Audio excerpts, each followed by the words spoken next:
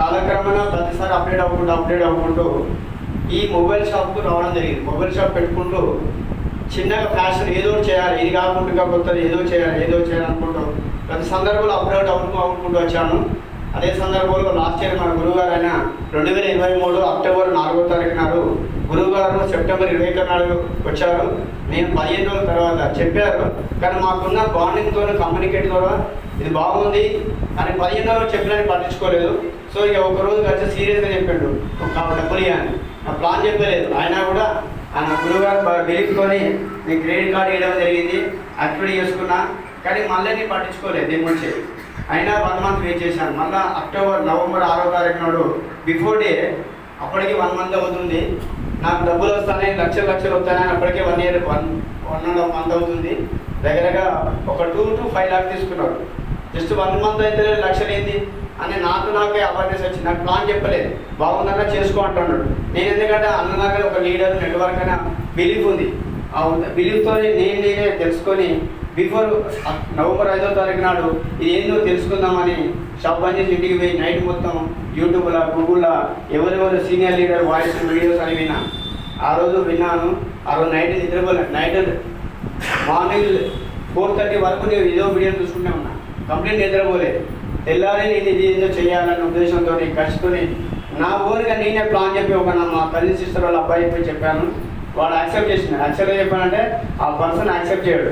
ఎందుకంటే ఛాయ్ తాగా నా దగ్గరికి వచ్చి చెప్పినోడికి వచ్చి విడిగా ఛాయ్ అయిపోదామని ఆలోచన. ఆయన చిన్న బాబుగా చెప్పడం కాదు, అంత పిసినాలు సంఘానికి అధ్యక్షుడు చెప్పాలంటే.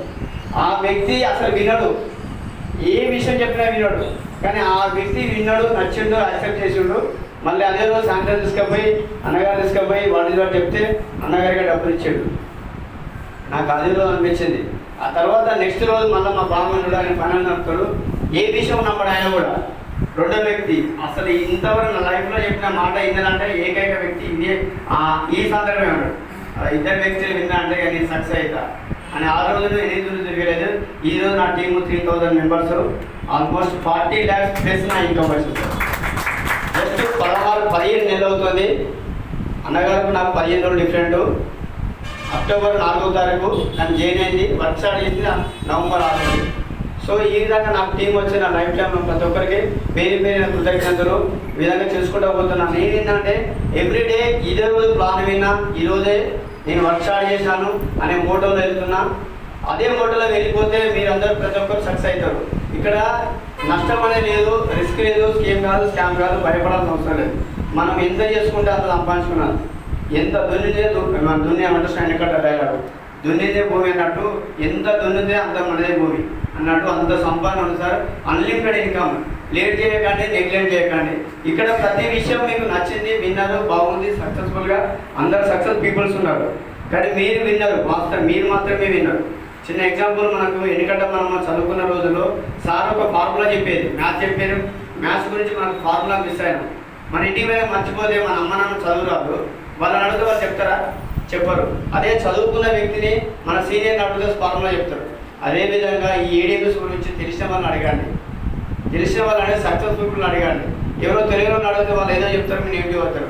ఇది 100% సక్సెస్ బిజినెస్. ప్రతి ఒక్కరు సక్సెస్ కావచ్చు సార్. ఇలా దీనిలో రిస్క్ లేదు, టెన్షన్ లేదు. Okay sir, thank you all of you. Thank you. మీరు అందరూ అందరికీ